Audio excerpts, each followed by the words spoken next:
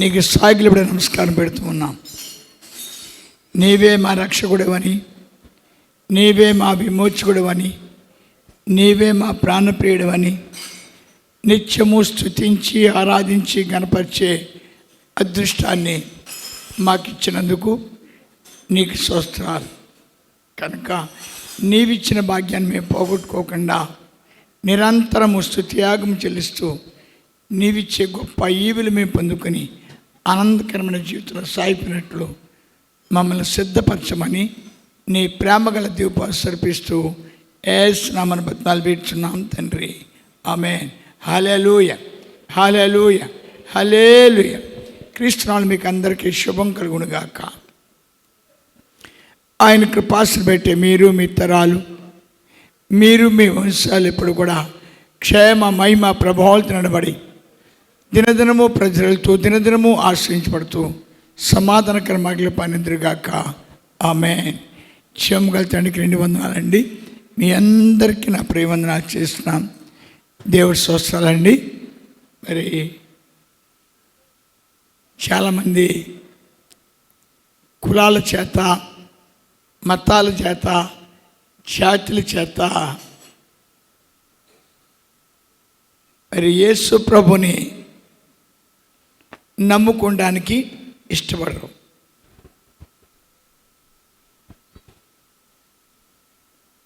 అయితే యేసు ప్రభుని నమ్ముకోవడానికి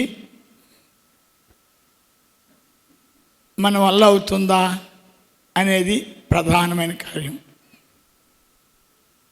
నేను నమ్ముకోనండి యేసుప్రభుని, యేసుప్రభు నేను నమ్మనండి, మా కులం వేరండి, మా మతం వేరండి, మా జాతి వేరండి, మా నడక వేరండి, మేము నమ్మమండి అని చెప్పేవారిలో చాలామంది ఉంటారు.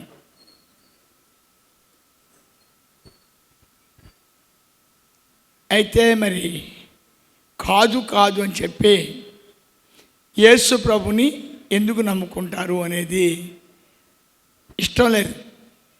ఇష్టం లేకుండా యేసు ప్రభుని నమ్ముకుంటారు. ఎందుకు నమ్ముకుంటారు అలాగా?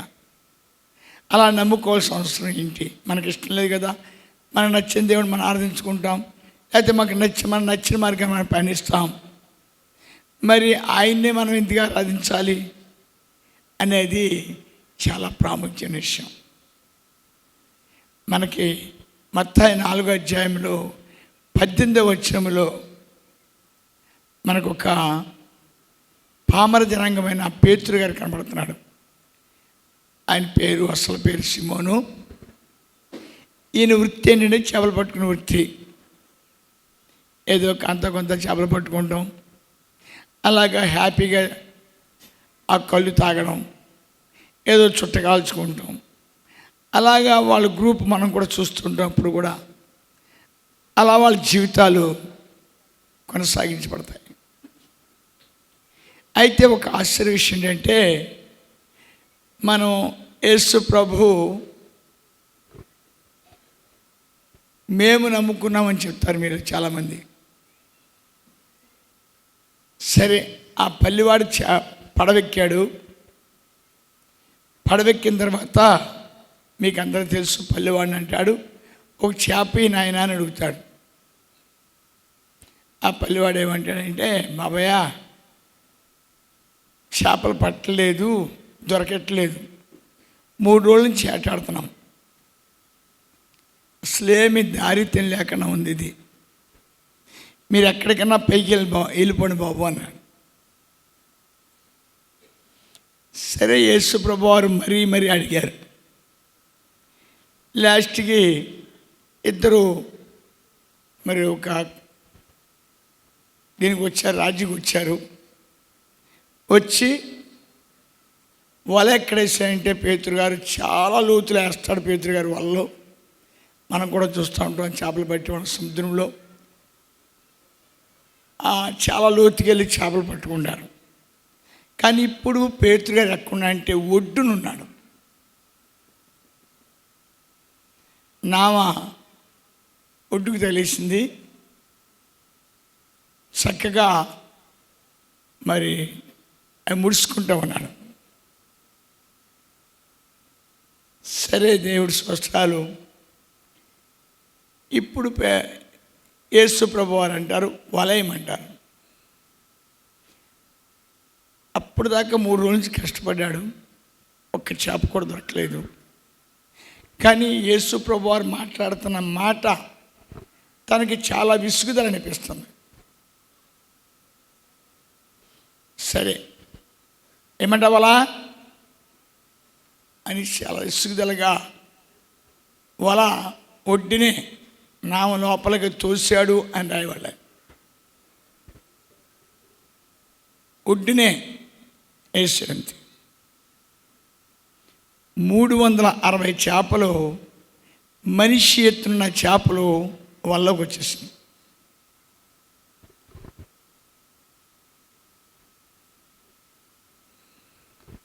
సరే పేతురు గారు ఆ వల బయటికి లాగారు. ఏదో చక్కగా చేపను కాల్చుకున్నారు, తిన్నారు. మళ్ళీ పేతురు ఇంటికి వెళ్ళారు. పేతురు ఇంటికి వెళ్ళి పేతురు అత్తగారిని స్వస్థపరిచారు. అక్కడేదో కొంత భోజనం చేశారు. పేతురు గారు అన్నారు, నువ్వు నాతో వస్తావా అని అడిగారు. సరే ఏదో 2 రోజులు 3 రోజులు ఉందాం కదా అని అనుకుంటాడు. పేతురు గారు ఆయన కూడా వెళ్ళాడు. సరే ఆయన కూడా తిరుగుతున్నాడు. ఏదో కొంత కొంత ఎవరు కూడా పెడుతున్నారు, తింటున్నారు. సరే యేసు ప్రభు అన్నారు, మీకు శక్తినిస్తాను, మీకు బలాన్నిస్తాను, మీరు వెళ్ళి లోకమంతా దేవుడి పేరు చెప్పండి అన్నారు. ఇంకేం క్లాస్ లేదు. మత్తయి 10వ అధ్యాయము. ఆయన ఆ 12 మంది శిష్యులను పిలిచి అపవిత్రాత్మలను వెళ్ళగొట్టుటకును ప్రతి విధమైన రోగములను ప్రతి విధమైన వ్యాధిని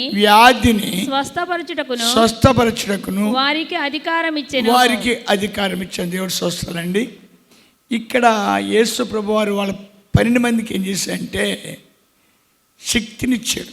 మీరు వెళ్ళండి, దెయ్యాలు మీ పేరు చెప్తే భయపడిపోతాయి, పేరు చెప్పండి, రోగాలు స్వస్థ అవుతాయని. సరే ఏదో ట్రైల్ వేస్తుంటారు వీళ్ళు. మొత్తానికి దెయ్యాలు లోపడుతున్నాయి, రోగాలు తగ్గుతున్నాయి. సాధారణంగా మన దగ్గర కొంతమంది యేసు ప్రభుని నమ్ముకున్న తర్వాత వాళ్ళకు ఉద్యోగం మొదలు పెడతారు. తండ్రి నాకు 2 వరాలు కావాలైనా, తండ్రి నాకు 3 వరాలు కావాలైనా, తండ్రి నాకు 5 వరాలు కావాలైనా అని ఇలా ప్రార్థన చేస్తారు. ఎంత కాలం ప్రార్థన చేసినా ఎటువంటి శక్తి మీలోకి రాదు. మీలోకి ఒకవేళ శక్తి కావాలంటే ఒక ప్రార్థన చేస్తే వస్తాయి. ఈ అద్భుతాలు సూచికలు మనకు తెలియదు కానివ్వండి, ఒక శక్తి కావాలంటే ఒక రకంగా ప్రార్థన చేస్తే వస్తాయి. చూద్దామని ఒకసారి అండి. ద్వితీయోపదేశకాండం 28వ అధ్యాయం 1వ వచనం చూద్దాం. నీవు నీ దేవుడైన యెహోవా మాట శ్రద్ధగా విని నేడు నేను నీకు ఆజ్ఞాపించుచున్న ఆయన ఆజ్ఞలన్నిటిని అనుసరించి నడుచుకొని ఎడల నీ దేవుడైన యెహోవా భూమి మీదనున్న సమస్త జనముల కంటే నిన్ను హెచ్చించును. గొప్పలు అవుతారట. ఆయన ఆజ్ఞలు పాటిస్తే, ఆయన చిత్తాన్ని నిర్వర్తం చేస్తే ఆయన చేత గొప్పలు అవుతారండి. అలాగా మనకి యేసు ప్రభు వారు ఓ చక్కటి మాట చెప్పారు. మత్తయి 6వ అధ్యాయంలో ఒక మాట అంటాడు, మీరు దేవుని స్తుతించడం నేర్చుకోండి, 2 రోజులు ఉపవాసం చేయండి, మీకేమేమి కావాలో అవన్నీ నేను సమకూరుతాను. ఇంకా చాలా జాగ్రత్తగా ఉన్నప్పుడు 103వ అధ్యాయంలో ఓ మాట చెప్తాడు దేవుడు. అందించమ్మా.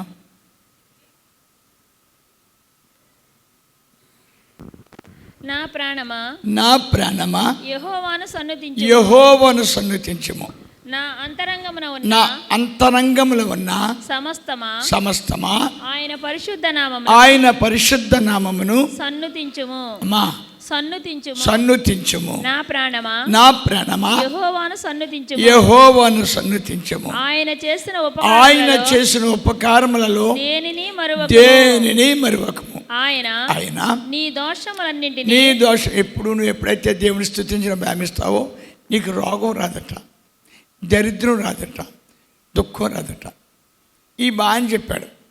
కానీ ఇక్కడ ఆధ్యాత్మిక వరాల గురించి ప్రార్థన చేస్తే వస్తుందని చెప్పలేదు ఆయన. ఈ శిష్యులకి ఇచ్చేసాడు, వెళ్ళిపోయారు. దెయ్యాలు బంధించేస్తున్నారు, రోగాలు స్వస్థపరిచేస్తున్నారు, అద్భుతాలు సూచిక్రియలు మతకాలు చేస్తున్నారు. ఇక పెచ్చిరేగిపోతున్నారు. వచ్చారు.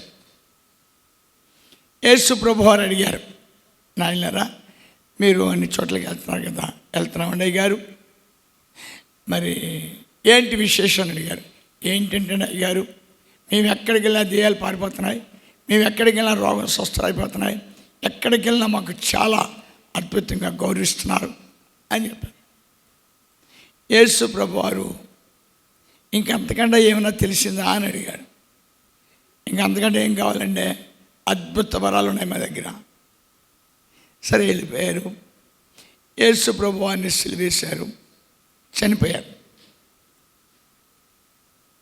చనిపోయినట్లుగా సాక్ష్యం శిష్యులు ఉన్నారు.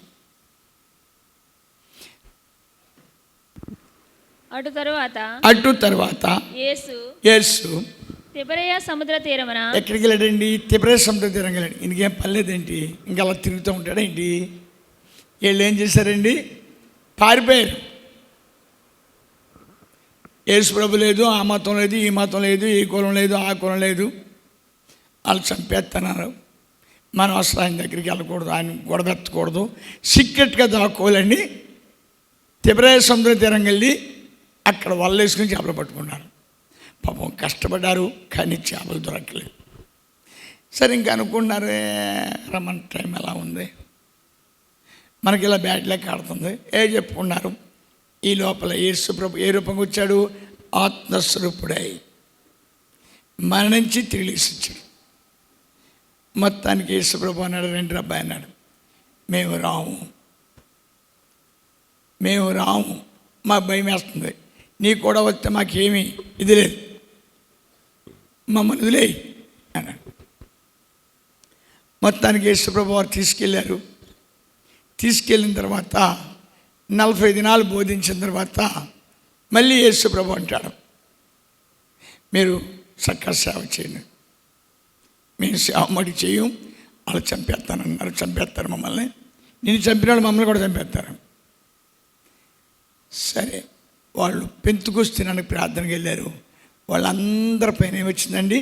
పరిశుద్ధాత్మ తప్పలు కొట్టాడు. ఒకసారి దెయ్యాలు బంధించే వల, యేసుప్రభు దగ్గర ఉన్న వల. ఈ రోజుకి చాలామంది స్వస్థ ఉంది, స్వస్థ లేదు, అద్భుతాలు ఉన్నాయి, అద్భుతాలు లేవు, మాకు చేయమను, నా రోగం తగ్గించమను, మరి నాకు నాలో ఉన్న దేహాన్ని బంధించమను అని కొంతమంది వితర్కంగా మాట్లాడతారు. ఈ వల కేవలము దేవుని పిల్లల కోసం ఉంది. ఇది యేసు ప్రభు వారు ఎప్పుడైతే బయలుదేరారో ఆయన అలా వెళ్తుండగా రోగాలు తగ్గిపోతున్నాయి, ఆయన అలా ముట్టుకుంటే చాలా దేహాలు పారిపోతున్నాయి. అద్భుతంగా అనేక మంది ఎప్పటి నుంచో దీర్ఘ రోగం చేత కొట్టబడుతున్నవాడు 10 మంది కుష్ఠవ్యాధుల దగ్గర రాగానే ఇప్పుడే మీరు స్వస్థపందురు కాక, 12 సంవత్సరాల రక్తస్రావం వ్యాధి కలిది ఆయన చెంగు ముట్టుకోకనే స్వస్థ అయిపోయింది. అయ్యా గుడ్డోడికి ఎగుతున్నాడు, అయ్యా అయ్యా అయ్యా దావీదు కుమారుడా అని కాకితే ఇప్పుడే నీ నేత్రాలు తినబడు కాక అన్నాడు. అంతే. ఆయన సజీవుడు కనుక ఈ రోజున కూడా ఆయన పిల్లలను స్వస్థపరుచుకున్నాడు. అందుకు కొంతమంది తెలియక అమాయకత్వంగా మాట్లాడతారు.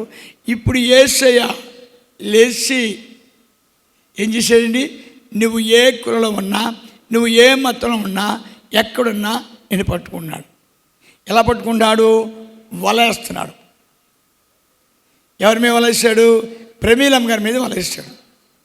ప్రమీలమ్మ గారి మీద వలేసినట్టు వాళ్ళ అమ్మగారికి కానీ వాళ్ళ నాన్నగారికి కానీ వాళ్ళ చుట్టాలకు కానీ వాళ్ళ బంధువులకు కానీ ప్రమీలమ్మ గారికి కూడా ఆ విషయం తెలియదు. నేను పరలోకానికి వచ్చాను, నేను దేవుడి బిడ్డని, నన్ను నా దగ్గరికి యేసయ్య వచ్చాడు అనే సంగతి తెలియదు. దేవసాయి గారి దగ్గర తీసుకొచ్చారు, స్వస్థ అయిపోయింది, మళ్ళీ వెళ్ళిపోయారు. వాళ్ళు విగ్రహాన్ని వాళ్ళు చేసుకున్నారు, మళ్ళీ పడిపోయినాడు. మళ్ళీ దేవసాయి గారి దగ్గర తీసుకొచ్చారు, మళ్ళీ తగ్గిపోయింది. అప్పుడు ఆ అమ్మాయి ఏమందంటే, నేను ఇంక దేవుడిని నమ్ముకుని దేవుడితో ఉంటాను. అలాగే దేవసాయి గారి దగ్గర ఉండిపోయింది. అలాగే దేవసాయి గారి దగ్గర సేవా భాగంలోకి వచ్చింది. ఆవిడ చాలా గొప్ప ప్రవక్తినిగా పేరుగాంచారు, ఆంధ్ర ప్రవక్తిని అని పేరుగాంచారు. అయితే వాళ్ళ కుల వాళ్ళకి ఎవరికీ తెలియదు యేసు ప్రభువారు, వాళ్ళ మత వాళ్ళకి ఎవరికీ తెలియదు యేసు ప్రభువారు. కానీ ప్రమీలమ్మ గారు పరలోకానికి వచ్చారు కాబట్టి ఆవిడ ఏం చేశాండి, వలేసిరాడు. వలేసిరగానే ప్రమీలమ్మ గారు అందులో పడ్డారు. అందులో పడిన తర్వాత ఆవిడ్ని దేవుడి బిడ్డగా మార్చుకున్నాడు, తన కుమారిగా అంగీకరించాడు. అంచేత చాలామంది అంటారు ఆవిడ కూడా తప్పు చేసినట్టు మనకు తెలుస్తుంది. ఎంచేదంటే ఆవిడకి నడుము పడిపోయింది, తగ్గిపోయింది, ఇంటికి వెళ్ళిపోయి మళ్ళీ విగ్రహం చేసుకున్నారు, వాళ్ళు పూజలు చేసుకున్నారు. మళ్ళీ నడుము పడిన తర్వాత తెలిసింది, ఓహో బాప్తిజం తీసుకున్నారు, ఆయన దగ్గరే ఉండిపోయారు. ఆవిడ గొప్ప ప్రవక్తగా వెలిగించబడ్డారు. అంచేత మీలో చాలామంది అంటారు మేము యేసు ప్రభుని నమ్ముకున్నాం. మీలో ఎవరు కూడా యేసు ప్రభుని నమ్మలేదు. నమ్మాలంటే మీరు ఎవరై ఉండాలి చెప్పాలి. మీ మనోనేత్రాలు తెరవబడి ఉండాలి, మీ ఆత్మజ్యోతి వెలిగించబడి ఉండాలి, అయ్యా దేవుని దర్శనము చూసిన వాళ్ళై ఉండాలి. చూద్దామని ఒకసారి యెషయా 6వ అధ్యాయం. రాజైన ఉజ్జియా మృతి నొందిన సంవత్సరములో అత్యున్నతమైన సింహాసనమందు ప్రభు ఆసీనుడై ఉండగా నేను చూచి తినే ఆయన చొక్కాయి అంచులు దేవాలయములో నిండిపోయి ఉండెను. ఆయనకి పైగా శరాపులు నిలిచి ఉండిరి. ఒక్కొక్కరికి 6 రెక్కలుండెను. ప్రతివాడు 2 రెక్కలతో తన ముఖమును రెంటితో తన కాళ్ళను కప్పుకొనుచుండెను. రెంటితో ఎగురుచుండెను. వారు సైన్యములకు అధిపతి యెహోవా పరిశుద్ధుడు. ఈయన చూశాడండి దేవుణ్ణి. చూసి దేవుని ఒక మాట అడిగాడు, అయ్యా నేను వెంబడించాలని ఆశ కలిగి ఉంది. నన్ను వెంబడించాలంటే మానవులు ఎవరు కూడా వెంబడించలేరు. నాతో రావాలంటే మానవుల వల్ల ఎవరి వల్ల కాదు. మరి ఏం చేయాలయ్యా? నీ పెదాలు కాల్చబడాలి, నీ ఆత్మజ్యోతి వెలిగించబడాలి, నీవు తిరిగి పునరుద్ధాన మహాప్రభంతో నిలబడాలి. అప్పుడే నువ్వు నన్ను వెంబడించగలదు. మరి మేము అందరం వెంబడిస్తున్నాం కదా అని మీరు తిరుగుబాటు చేస్తారు. మీరు వెంబడించినా మీరు వెంబడించిపోయినా మీలో ఆత్మ ఆయన వెంబడిస్తుందండి, ఆయన వెంబడిస్తుంది. మీ ఎవరికి బాప్టిజం ఇచ్చాడు? మీకు ఇచ్చాడు బాప్టిజం, ఆత్మకు బాప్టిజం ఇచ్చాడు. ఆత్మ ఎక్కడి నుంచి అండి? పరలోకానికి భూలోకంలో పడిపోయింది, నరదాములుగా మారిపోయింది. ఆత్మకు బాప్టిజం ఇచ్చాడు. ఇదిగో శరీరాన్ని వదులుకుని ఆత్మ పరలోక రాజ్యంకి వెళ్ళిపోతుంది. ఎవరు పట్టుకున్నారు మనల్ని? ఎందుకు పట్టుకున్నాడు? మనలో ఆత్మ ఉంది. ఆత్మ ఎక్కడి నుంచి వచ్చింది? పరలోకానికి వచ్చింది. ఆత్మ ఎవరిలో ఉంది? మనలో ఉంది. మనల్ని ఎత్తుకుండా వచ్చాడు. ఆయన మనకు ఆత్మకు విమోచన ఇచ్చాడు. తిరిగి పరలోక రాజ్యంలోకి తీసుకెళ్ళిపోతున్నాడు. అంచేత మనం చూసినప్పుడు ఎవరు యేసు ప్రభువుని నమ్ముకున్నారంటే ఈ లోకంలో యేసు ప్రభువుని నమ్ముకునే హక్కు ఎవ్వరికీ లేదు. ఎంచేతంటే ఆ మాట అపోస్తలుడు పౌలు గారు అడిగాడు. వీరు ఇశ్రాయేలీయులు దత్తపుత్రత్వమును మహిమయు నిబంధనలను ధర్మశాస్త్ర ప్రధానములను అర్చనాచారాదులను. చాలా భక్తులు అంటే వాళ్ళు యథార్థంగా భక్తులట. వాళ్ళు ధర్మశాస్త్రానుసారంగా దేవుని ఎదురు చూస్తున్నారట. మరి అపోస్తలుడు పౌలు గారు అడుగుతున్నాడు, మరి వీళ్ళందరూ కూడా నీ నామాన్ని జపిస్తున్నారు, నీ నామాన్ని స్తుతిస్తున్నారు, మరి వీళ్ళకి ఎందుకు విమోచన ఇవ్వవు అని అడిగాడు. అడిగినప్పుడు యేసు ప్రభువు చెప్పిన సమాధానం ఏంటంటే, అబ్రహాము సంతానమైనంత మాత్రమున నా పిల్లలు కాదు కదా, నేను ఎందుకు పుట్టాను, నేను ఎందుకు సులుమానం పొందాను, నేను ఎందుకు తిరిగి లేచాను, నేను ఎవరి కోసం వచ్చాను? కేవలము నా పిల్లల కోసము. వాళ్ళు ఎక్కడ పుట్టినవండి, ఎందులో పుట్టినవండి, ఎలాగుండనివ్వండి, వాళ్ళు ఒకే మాట అంటారు, యేసయ్య రక్షకుడు నా కొరకు పుట్టాడు, నా కొరకు సులుమానం పొందాడు, నా కొరకు తిరిగి లేచాడు, నా పాపానికి అడిగాడు, నన్ను పరిశుద్ధపరిచాడని ఎవరైతే అంటున్నారో వారే నా పిల్లలు, వారే పరలోకానికి వచ్చారు, వారే పాప విమోచన పొందారు, వారే పరలోకానికి. అందుకే మనకి పొద్దుటి నమాజ్ వినపడతా ఉంటుంది, అల్లాలో హల్లా ఖుదాయికు ఎబ్రహీం, అబ్రహాం సంతానం ఆయన, అబ్రహాం సంతానం ఆయన. అదే మనకి మొత్తం 6 అధ్యాయాలకు వచ్చినప్పుడు ఓ ప్రార్థన, పరలోకమందున నాకు తండ్రి మీ నామమే పూజించబడుగా. క్రైస్తవులు ఏం చేస్తున్నారు? ప్రార్థన. క్రైస్తవులు దేవుని ఏమన్నారంటే నాన్న అని పిలుస్తున్నారు. ఇశ్రాయేలు ఏమని పిలుస్తున్నారండి? దేవా అని పిలుస్తున్నారు. అంచేత ఈ యొక్క నాన్న అనేది మనకు ఎలా తెలిసింది అని చూసినప్పుడు, ఆయన దర్శనం పొందినప్పుడు, ఎవరు దర్శనం పొందుతారు? ఎవరైతే పరలోకానికి వచ్చారో, ఎవరైతే తల్లి గర్భంలోకి వెళ్ళి పాపిగా మారిపోయారో, ఎవరైతే పాపంలో చిక్కుపడ్డారో, శరీరంలో చిక్కుపడ్డారో వాళ్ళను ఆయన దర్శిస్తాడు.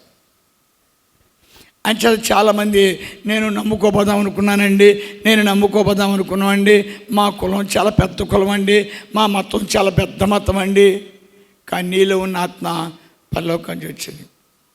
నువ్వు పెద్ద కులంలో పుట్టు, నువ్వే కులంలో పుట్టు, లేకపోతే నువ్వు వ్యభిచారిగా పుట్టు, నువ్వు దొంగగా పుట్టు, నీలో ఉన్న ఆత్మ పరలోకానికి వచ్చింది. ఏమంటే మరి కొంతమంది క్రైస్తవులు నో డెవలప్మెంట్. ఏం చేయలేదు దేవుడిని తెలిసానికి తెలిసిపోయింది. ఆయన ఎవరు తెలిసిపోయింది? ఏం చేయాలి? నువ్వు స్తుతియాగం చేయాలి, దేవుని స్తుతిని ఆయన వెంబడించాలి, స్తుతియాగం చేయాలి. స్తుతియాగం చేసేప్పుడు నువ్వేం చేస్తావు? పాపం చేయవు, పాపంలో పడవు, పాపంలో వినవు. అంచేత నువ్వు ఎప్పుడైతే నీతిమంతులుగా మారుతావో, అబ్రహాంతో చెప్తున్నాడు ఇదిగో నీకు పిల్లలు, అబ్రహాంతో చెప్తున్నాడు ఇదిగో నీకు ఆస్తి, అబ్రహాంతో చెప్తున్నాడు ఇదిగో నా ఘనత, అబ్రహాంతో చెప్తున్నాడు ఎప్పుడు నీకు తోడుంటాను. అదే స్థితిలో పాపం మన అయ్యగారు యాకోబు గారికి కూడా దేవుడు తెలుసు, ఆయన కూడా ప్రార్థన చేస్తున్నాడు. ఎన్నెన్నో ప్రవచనం ఉన్నాయి, కానీ జరగట్లేదు. ఆయన భార్యలతో తిట్టించుకున్నాడు, దరిద్రమంతా అనిపించున్నాడు, దుఃఖక్రాంతిలో తిరుగుతున్నాడు, రోడ్డు అంటే అలా తిరుగుతూ ఉన్నాడు. కానీ ఆయనకి విషయం లేదు. ఇదిగో యాకోబు నీకు పిల్లనిస్తాను, ఇదిగో యాకోబు నీకు రాజ్యం ఇస్తాను, ఇవ్వట్లేదు.